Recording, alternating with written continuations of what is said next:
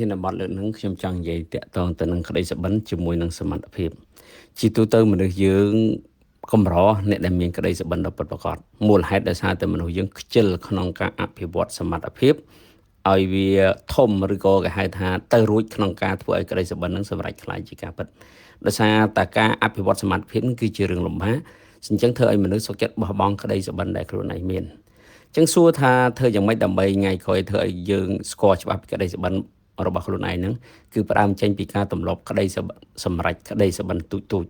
កាលណាទម្លាប់សម្រេចក្តីសុបិនទូចមានន័យថាយើងទម្លាប់ជាមួយនឹងការពង្រឹងសមត្ថភាពឲ្យគ្រប់គ្រាន់ដើម្បីសម្រេចក្តីសុបិនទៅហ្នឹងចឹងកាលណាយើងទម្លាប់មានសមត្ថភាពគ្រប់គ្រាន់សម្រេចក្តីសុបិនដែលយើងប៉ងប្រាថ្នាអញ្ចឹងវាធ្វើឲ្យយើងកាន់តែហ៊ានប៉ងប្រាថ្នាកាន់តែធំទៅព្រោះដោយសារយើងជឿជាក់ថាយើងពិតជាអាចពង្រឹងសមត្ថភាពខ្លួនឯង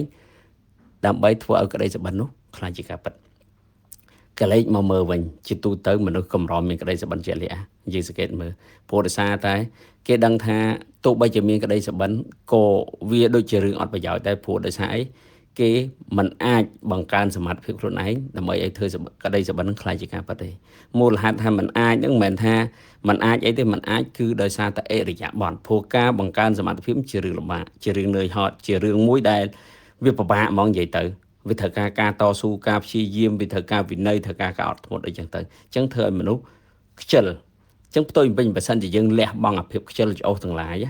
យើងដាក់ចិត្តដាក់កាយយកការព្យាយាមជាដើមទុនណាអញ្ចឹងយើងប្រកាសជាអាចហ៊ានសុបិនកាន់តែធំទៅហើយព្រោះដោយសារយើងជឿជាក់ទៅលើការខិតខំប្រឹងប្រែងយើងជឿជាក់ទៅលើវិន័យដែលខ្លួនយើងមានឧទាហរណ៍ថាពេលយើងធ្វើការអញ្ចឹងយើងមានក្តីសុបិនមួយថាចង់បានចំណូលប្រាក់ខែថា$2,000ចុះអញ្ចឹងយើងដឹងហើយដើម្បីបានប្រាក់ខែ$2,000ហ្នឹងយើងត្រូវតែមានសមត្ថភាពអីជា manager ឬក៏ជា position ណាមួយដែលធំជាមានតួនាទីណាធំគួរសមអញ្ចឹងដើម្បីអាចកាន់តួនាទីធំបានយើងត្រូវតែមានសមត្ថភាពទៅក្នុងផ្នែកហ្នឹងថា manager ទៅលើរឿងអីធនធានមនុស្សអញ្ចឹងយើងត្រូវតែចេះច្បាស់ពីរឿងធនធានមនុស្សហ្នឹងជាងត្រូវរៀនច្រើនណារឿងច្បាប់ផងអីផងចិត្តសាស្ត្រផងគោលនយោបាយក្រុមហ៊ុនផងអីផងគឺច្រើនមែនតើដែលយើងត្រូវរៀនហ្នឹងត្រូវចេះច្រើនមែនតើអញ្ចឹងដល់ពេលការរៀនហ្នឹងវាពិបាកវាហត់ដល់ពេលគិតថាខ្ជិលមិនបាច់យក2000ហើយក៏មិនបាច់យកអាប៉ុសស្អីគេប្រធានធនធានមនុស្សហ្នឹងអីដែរហត់តែ250ហ្នឹងគឺគ្រប់ខ្ជិលអាហ្នឹងវាអញ្ចឹងវាធ្វើឲ្យយើងលែងចង់ដោយខ្លួនឯងទៅឧទាហរណ៍មួយទៀតយើងចង់ខ្លាយ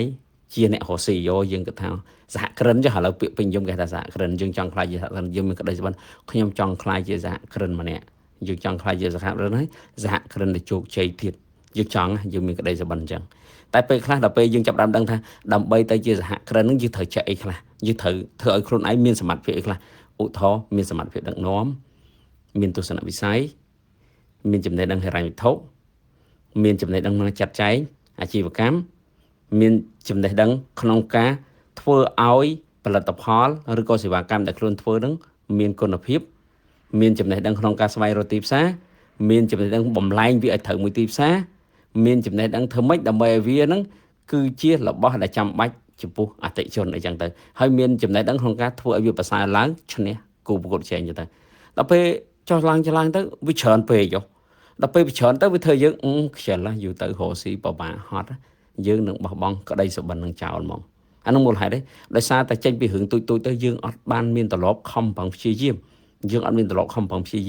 ចេញពីរឿងទូចនេះអញ្ចឹងខ្ញុំចង់ឲ្យអ្នកទាំងអស់គ្នាដែលបានស្ដាប់នៃការចែកម្លែកនេះដល់ពេលដែលដឹងថាខ្លួនឯងជួបបញ្ហាហ្នឹងត្រូវផ្លាស់ប្ដូរការកន្លងវិញចេញពីចំណុចដែលយើងកំពុងតែឈរហ្នឹងថាយើងកំពុងតែធ្វើអីព្យាយាម complete មានន័យថាព្យាយាមធ្វើឲ្យល្អបំផុតនៅក្នុងជំនាញដែលយើងកំពុងតែកាន់ហ្នឹងព្រោះដោយសារអ្វីដែលយើងកំពុងតែធ្វើមានន័យថាវាអត់ទាន់លើសពីសមត្ថភាពយើងទេវានៅប្រហាក់ប្រហែលឬក៏វាខ្ពស់ជាងសមត្ថភាពយើងតិចតួចឬក៏វាអាចទាបជាងសមត្ថភាពដែលយើងមានចុងព្យាយាមធ្វើវាឲ្យល្អបំផុតរហូតដល់យើងមានអារម្មណ៍ថាសមត្ថភាពហើយនឹងការងាររបស់យើងគឺសមត្ថភាពយើង over លើសពីការងាររបស់យើងឆ្ងាយហ្មងចឹងពេលហ្នឹងយើងចាប់ផ្ដើមបង្កើនការងារបង្កើនទំហំការងារបង្កើនភាពលំបាករបស់ការងារបង្កើនទំនួលខុសត្រូវក្នុងការងារនឹងបន្ថែមទៅលើរឿងហ្នឹងយើងអាច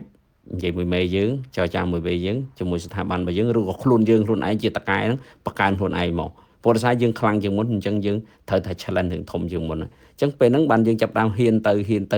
រកក្តីសុបិនរបស់ខ្លួនឯងតែផ្ទុយមកវិញបើសិនបើឥឡូវហ្នឹងយើងកំពុងតែមានការងារមួយហើយ យើងមិនទាន់បំពេញការងាររបស់យើងបានល្អផងអញ្ចឹងការងារធំជាងនឹងមកទៀតយើងធ្វើមិនកើតអញ្ចឹងតែធ្វើអត់កើតយើងមានអារម្មណ៍បាក់យូរទៅខ្លាចយូរទៅស្អីក៏យើងលែងចង់បានព្រោះយើងធ្វើមិនយើងមានអារម្មណ៍ថាអត់ចង់ឈឺក្បាលអត់ចង់ស្មុគស្មាញអត់ចង់ពិបាកចិត្តទេព្រោះការងារ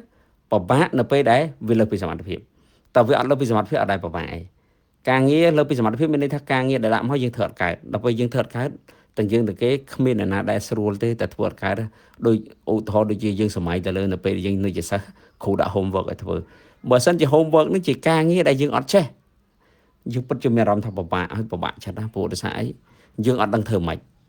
អត់មានកំណត់ក្នុងការធ្វើម៉េចហ្មងហុចទៅយើងមិនធ្វើ submit យកទៅឲ្យគ្រូយកទៅឲ្យគ្រូហុចយើងអត់ដឹងយើងមិនបាក់ចិត្តហើយដល់ពេលចូលជីវិតជាមហាវិទ្យាល័យយើងសាកសម័យមើលនៅពេល assignment កិច្ចការសាលាដាក់ឲ្យយកទៅធ្វើយើងអត់ចេះយើងមានអារម្មណ៍ថាពិបាកណាធ្វើអត់កើតទេតែផ្ទុយមកវិញនៅពេលដែលយើងបកកាយរបស់នឹងយើងធ្វើកើតស៊ីផុយយើងអត់ដែលមានអារម្មណ៍បាក់ចិត្តយើងមានអារម្មណ៍ថា enjoy ហ្មងមានអារម្មណ៍ថាអូរីករាយបានធ្វើ assignment បន់ឲ្យទៅដល់ម៉ោងទៅរៀនបានអីចឹងព្រោះថាយើងចេះយើងធ្វើនឹងកើតហុចទាំងអស់នឹងកើតឡើងស្អីយើងប្រឹងរៀននៅពេលដែលគ្រូបរៀនយើងប្រឹងរៀនប្រឹង research ប្រឹងស្រាវជ្រាវប្រឹងអនុវត្តរហូតតយើងយល់ពីមេរៀនដែលរៀននឹងច្បាស់អញ្ចឹងដល់ពេលដាក់មកពុបគឺយើងធ្វើកើតហ្មងអញ្ចឹងយើងអត់មាន stress អត់មានបាក់ចិត្តទេនៅក្នុងសង្គមការងារគឺដូចគ្នាដែរនៅពេលដែលយើងអត់ពង្រឹងសមត្ថភាពយើងឲ្យគ្រប់គ្រាន់ទៅតាមការងារដែលយើងកំពុងធ្វើបញ្ហានោះគឺ stress កើតឡើងមកស្អីយើងធ្វើវាអត់កើតយើងអត់ដឹងធ្វើម៉េចដល់ពេលយើងអត់ដឹងធ្វើម៉េចទេយើងធ្វើអត់កើតនោះគឺបបាក់ចិត្តមែនតើព្រោះស្អីការងារដែលកំណត់របស់យើងគឺស្ថិតនៅក្នុងទំនួលខុសត្រូវរបស់យើងដល់ពេលយើងទំនួលខុសត្រូវអត់កើតហើយយើងមានអារម្មណ៍ថាខ្មាស់គេក៏ខ្មាស់គេត្រូវគេស្ដីឲ្យក៏ស្ដីឲ្យអញ្ចឹងពេលខ្លះមានអារម្មណ៍ថាឈឺចាប់ហើយទៅបបាក់ចិត្តព្រោះធ្វើវាអត់កើតការងារនោះវាលើពីសមត្ថភាពអញ្ចឹងត្រឡប់មកវិញតែចាំថាស្អីក៏ដោយវាកើតចេញពីការរៀនអញ្ចឹងបើសិនជាយើងអត់ចេះយើងរៀនយើងព្យាយាមរៀនបន្តរៀនរហូតការរៀនសូត្រសម័យឡើយស្រួលយើងអាច research តាមអ៊ីនធឺណិតមាន course ច្រើនណាស់ដែលគេបរៀនមានវគ្គចង់និយាយថាមាន platform ច្រើនណាស់ដែលគេបរៀនយើងអាចបង់លុយរៀនទៅហើយអត់ថ្លៃប្រហែលនេះថោកទេដោយសារវីដេអូគេផលិតឲ្យយើងគ្រាន់តែត្រូវការកំណត់ព្យាយាមក្នុងការរៀននេះឬក៏មានកម្មវិធីសិក្ខាសាលាមួយចំនួនដែលថ្លៃគួរសមដែរសិក្ខាសាលាដែលគេរៀង professional ច្បាស់លាស់ក៏យើងអាចបង់លុយទៅរៀនដែរវាជាការវិនិយោគជាមួយនឹងខ្លួនឯងមួយទៀតយើងអាចទិញសភៅដែលតាក់ទងនឹងជំនាញរបស់យកមកអានរហូតហើយនឹងមួយទៀតគឺយើងអាច follow ឬក៏ subscribe ទៅលើ channel ឬក៏ទៅលើ social media platform ណាដែលគេចែកម្លែកទៅលើចំណេះដឹងពាក់ព័ន្ធមួយយើងអញ្ចឹងឲ្យតែគេអាប់ដេតថ្មីមករហូតយើងបានមើលរហូត podcast ក៏ជារឿងល្អដែរ podcast តែតាក់ទងទៅនឹងជំនាញរបស់យើងដែលគេអញ្ជើញអ្នកជំនាញយកមកនិយាយចែកម្លែកអញ្ចឹងណាពួកគាត់ហ្នឹងគឺគាត់ស្រាវជ្រាវរហូតអញ្ចឹងគាត់មានអីថ្មីយកចែកម្លែកយើងស្ដាប់រហូតអញ្ចឹងយូរទៅយើងដឹងកាន់តែច្រើនទៅអញ្ចឹងក្នុងវិស័យហ្នឹងគឺយើងក្រាបជាប់យើងអាចធ្វើរឿងនឹងបានល្អចឹងថ្ងៃក្រោយបើសិនជាយើងចង់ឡើង position ចង់ទៅរកក្តីសុបិនរបស់យើងឬក៏ចង់ start up business ទៅជាសហគ្រិនទៅអីយើងអាចធ្វើបានព្រោះដោយសារអីយើងដឹងពីមធ្យោបាយនៃការធ្វើហើយសំខាន់ជាងគេគឺយើងជឿជាក់លើខ្លួនឯងធ្លាប់មានសំណួរមួយគេសួរតើតងស្វាគេថាស្វាហ៊ានលោតពីដើមឈើមួយទៅដើមឈើមួយពីមែកឈើមួយទៅមែកឈើមួយដោយសារមូលហេតុអី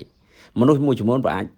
អាចនឹងឆ្លើយថាដោយសារតែស្វាដឹងថាលោតទៅអត់បាក់ឯងទុកចិត្តមែកឈើហ្នឹងតែតាមការពិតមិនអញ្ចឹងឯងស្វាហ៊ានលោតដោយសារតែស្វាទុកចិត្តកម្លាំងខ្លួនឯងថាអាចលោតបានអញ្ចឹងដូចគ្នាដែរក្នុងការធ្វើអីមួយអ្វីដែលចាំបាច់គឺទុកចិត្តខ្លួនឯងថាយើងអាចធ្វើបានតែយើងអត់ទុកចិត្តខ្លួនយើងថាអាចធ្វើបា